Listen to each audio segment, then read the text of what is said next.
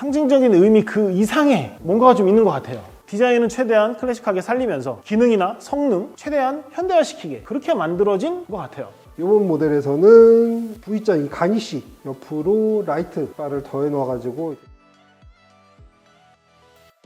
안녕하세요, 라이트 이상재 송사입니다. 오늘은 또 저희가 색깔도 이쁘고 디자인도 이쁘고 매력적인 스쿠터 하나를 갖고 왔습니다.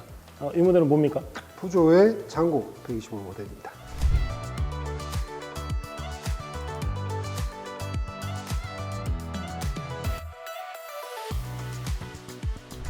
푸조 모터사이클한테 이 장고라는 모델은 상징적인 의미 그 이상의 뭔가가 좀 있는 것 같아요. 푸조 모터사이클의 히스토리를 이렇게 살펴보면 흑백 사진 때부터 푸조 장고에서 나오는 이런 스타일시한 스타일, 그런 모델이 나와요. 푸조 모터사이클이라는 브랜드에 대해서 좀 먼저 소개를 드리자면요, 자동차로 만드는 회사 아니야? 라고 생각을 하시겠지만, 사실 이 푸조는 자동차보다 이전에 모터사이클부터 만들기 시작했던 그런 브랜드고요. 현재 자동차, 모터사이클, 거기에다가 자전거까지 다양한 탈 것들을 만드는 회사입니다. 장고는 디자인, 스타일리시하고 또 컬러감 또 끝내줍니다. 이 장고라는 이름으로 등장한 건데 2013년이지만 그 이전에 이 모델이 어떻게 보면 오리지널이라고 할 수 있는 그런 모델들은 이제 1953년에 발매했던 S55 모델이라든지 그 이후에 출시됐던 S57 모델이라든지 이런 모델들에서 영감을 받은 디자인들이 지금까지도 이어지고 있는 그런 형상인데요. 뭐 대표적인 것들이 이런 두 개, 앞뒤 두 개로 나누어진 시트들이라든지 아니면 원형 헤드라이트, 뭐 이런 부분들, 이런 요소들을 현대적으로 디자인을 좀 버무려서 내놓은 것이 이 장고 모델이라고 보시면 될 것 같습니다. 약간 그 S55, S57 그때의 디자인 이런 실루엣이나 그런 것들이 요즘 현 세대의 그 클래식 스쿠터나 클래식 모터사이클을 좋아하는 사람들이 가지고 있는 그런 요소들을 상당히 많이 가지고 있어요. 되게 현대화된 것 같은데 부분 요소를 살펴보면 약간 그런 클래식한 그런 요소들이 상당히 많습니다. 이런 계기판도 그렇고, 그러니까 헤드라이트나 이런 계기판의 디자인을 보면 디자인은 최대한 클래식하게 살리면서 기능이나 성능, 그런 여러 가지 것들은 최대한 현대화시키게 그렇게 만들어진 것 같아요. 일단 2013년 처음 공개됐을 때와 지금 전반적인 큰 디자인의 변화는 없고요. 연동 브레이크 시스템을 적용했다든지 평평한 이런 플로우 패널, 미끄럼 방지 처리를 해서 좀 더 실용성을 높였다는 뭐 이런 특징들을 가지고 당시 출시돼서 국내에는 2017년에 처음 도입돼가지고 지금까지 꾸준히 판매가 이루어져 있고요. 이번에 유로5가 적용된 2023년형 국내에 판매를 시작한 상황입니다. 이런 전체적인 쉐입 이런 것도 저는 상당히 매력적이긴 한데 눈에 가는 이런 포인트들이 있어요. 125라고 적혀있는 이런 양각의 엠블럼이라든지 여기 진짜 그냥 무심하게 턱 붙어있는 이런 스티커 뭐 이런 것들도 그렇고 디자인적인 요소가 상당히 신경을 많이 쓴 그런 디테일적인 요소 말고도 낮은 시트와 이런 것들이 그만큼 누구나 타기 쉽고 그런 부분들도 그대로 계승하고 유지했다는 게 저는 상당히 마음에 듭니다. 요 2023년 모델 같은 경우는 디자인에서 변경점인데요. 여기 전면부에 기존에는 이렇게 V자 형태로 가니쉬를 두르고 가운데 타자 엠블럼을 박아놓은 그런 형태로 이 전면부 디자인을 구성했었는데, 이번 모델에서는 V자 이 가니쉬 옆으로 라이트 바를 더해 놓아가지고 야간에도 부각되어 보이게 하는 효과를 줬고, 이 가운데 좀 엠블럼 뒤쪽으로는 세로 형태로 그릴처럼 보이도록 더해 놓았다라는 이런 변화점이 디자인 변화점이라고 말씀드릴 수 있습니다. 이번 모델 같은 경우도 뭐 파워트레인에서 약간의 변화가 있는데요. 일단 기존의 이지모션 125, 공랭 125cc 단기통 엔진은 그대로 유지가 되고 있는 상황인데, 유로5에 대응하고 있는 이지모션 125 엔진이 장착이 돼서 최고 출력 같은 경우는 10.6마력, 그리고 최대 토크 같은 경우는 9.3Nm의 성능을 발휘합니다.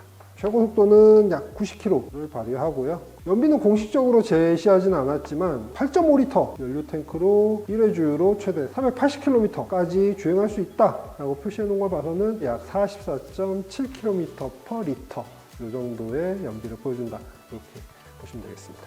전체적으로 지금 적용된 엔진이나 최고속도, 마력 그런 걸 놓고 보면 빠르게 달리고 그런 스타일로 나온 차량 자체가 아닙니다. 여유롭게 라이딩을 즐기시기에 딱 적합한 그 정도 엔진 성능이라고 생각하시면 돼요. 서스펜션은 앞에 정방향 텔레스코픽 포크, 뒤에는 쇼크 옵서버 요 구성이고요. 브레이크 같은 경우는 ABS가 앞바퀴에 장착이 됐기 때문에 좀 더 안정적인 제동이 가능해졌다, 이해하시면 되고요. 타이어 같은 경우는 앞뒤 모두 120, 70에 12인치 타이어를 장착하게끔 되어 있기 때문에 타이어 교환에 있어서 좀 부담이 좀 덜어지지 않으실까 라는 생각이 들고요. 편의 장비 쪽에서도 업그레이드된 부분들이 있는데요. 대표적인 게 헤드라이트 LED가 채택이 됐고 이 안쪽으로 장고 로고를 더해놨기 때문에 세련된 멋을 살리는 동시에 기능적인 면에 있어서도 좀 대단히 향상됐다. 이런 변경점이 하나 있고요. 그리고 글러브 박스 안쪽에 전원 소켓 12V 시거잭이 마련되어 있기 때문에 좀 더 편리하게 스마트폰을 이용하실 수 있다.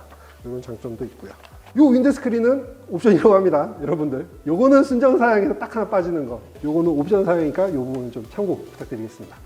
자, 많은 분들이 궁금해하실 타본 얘기 해볼까요? 요즘 대단히 높은 성능을 내는 125cc 제품들은 많기는 하지만 장고는 그런 것들과는 좀 색깔이 다른 차다라는 느낌을 받았는데요. 이게 이 차가 클래식 스타일을 추구하고 있다는 점이 좀 가장 큰 이유가 아닌가 라는 생각이 들었습니다. 그래서 최근에 좀 도입이 늘어나고 있는 수랭 엔진 대신에 좀 전통적인 스타일의 공랭식 엔진을 장착하고 있다 보니까 수치적인 면을 비교했을 때는 좀 성능이 좀 부족한 면이 있는 건 사실이긴 합니다. 그렇다고 해서 이 차가 도로를 다니기에 좀 부담스러울 만큼 성능이 떨어지냐? 그런 건 아니고요. 공랭 엔진을 탑재한 스쿠터임을 감안하면 우수한 성능을 갖추고 있습니다. 실제 주행에서는 도심의 평균 제한 속도인 60km까지는 막힘없이 시원하게 가속을 하고 이후부터는 좀 서서히 더뎌지기 시작해가지고 80km 정도부터는 이제 이 차가 최고속에 점점 가까워지고 있구나 라는 거를 느낄 수가 있습니다. 제조사에서 제시하는 최고 속도는 90km인데 라이더의 체중이나 덩치에 따라서 조금 차이를 보여주지 않을까 라는 생각이 들었습니다. 저는 타는 사람이 이 차에 대해서 어떤 기대를 하느냐가 아무래도 좀 중요한 것 같아요. 사람들이 클래식 스쿠터라고 하면 아무래도 좀 디자인만 이쁘고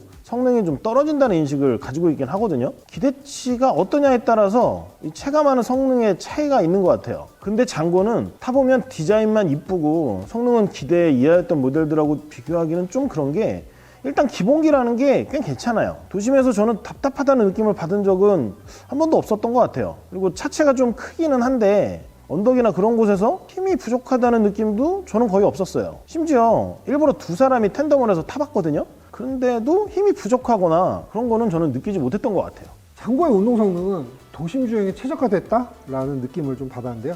이게 뭐 외관이나 주행 성능 자체가 클래식 컨셉으로 구성된 장고에다가 스프린터 스쿠터만큼의 운동 성능을 기대하는 거는 좀 무리가 아닐까 생각이 되지만 그렇다고 이게 움직임이 굼뜨다거나 하는 건 아니라서 적당한 뭐 커브나 와인딩 정도는 너무 무리만 하지 않으면은 뭐 차체 하부가 뭐 지면에 긁히는 일 없이 무난하게 좀 달릴 수 있는 그런 성능을 갖추고 있습니다. 대신에 승차감 면에서는 스프린터 스타일보다 훨씬 우수한데요. 이게 노면의 진동이나 충격을 서스펜션에서도 잘 걸러주고 그다음에 시트 쿠션감도 좋은 편이라서 뭐 일상 주행은 물론이고 근교 라이딩을 즐기기에도 충분한 수준이라는 생각이 들었습니다. 제동력 같은 경우에는 뭐 앞뒤 모두 디스크 구성인데 이번에 새로 ABS가 더해져 가지고 좀 크기에 맞는 적당한 구성이어서 뭐 제동력이 부족하다거나 하는 그런 느낌 없이 원하는 곳에 차를 멈춰 세울 수 있는 그런 정도의 제동력을 보여줬고요. ABS도 뭐 너무 이르거나 늦지 않은 적당한 수준에서 개입이 이루어지는 모습도 볼 수 있었습니다.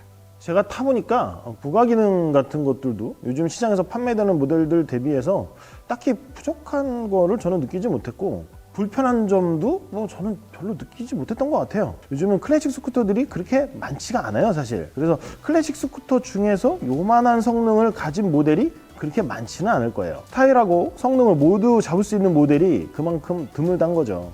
그리고 두 가지를 만족시키면서 타기에 푸조의 장고는 매우 좋은 선택이 아닐까 싶습니다.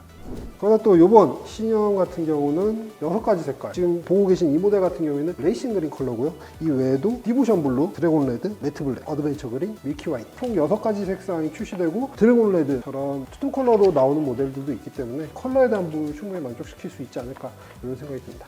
일단 이 장고 125의 가격은 469만 원. 이전 가격에 비해서 그렇게까지 가격이 많이 오르진 않았다는 거. 수입사 측에서도 가격 인상폭을 좀 최소화하기 노력했다라는 점을 알아주시면 좋을 것 같고, 푸조에서 장고라는 모델은 푸조 모터사이클의 아이콘적인 저는 존재라고 생각을 해요.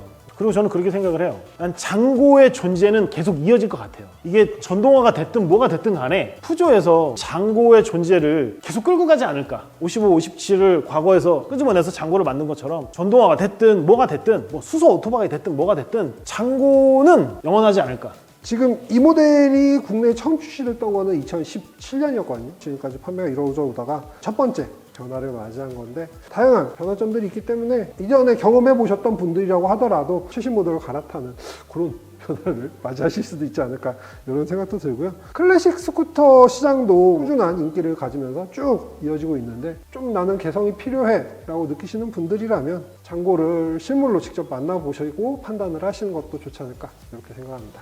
오늘 저희가 푸조 상징적인 클래식 스쿠터 모델 장고 125 모델 소개를 해드려 봤는데요. 어떻게 보셨는지 모르겠습니다. 지금까지 라이트 이상재 송시선이었습니다. 네, 고맙습니다. 감사합니다.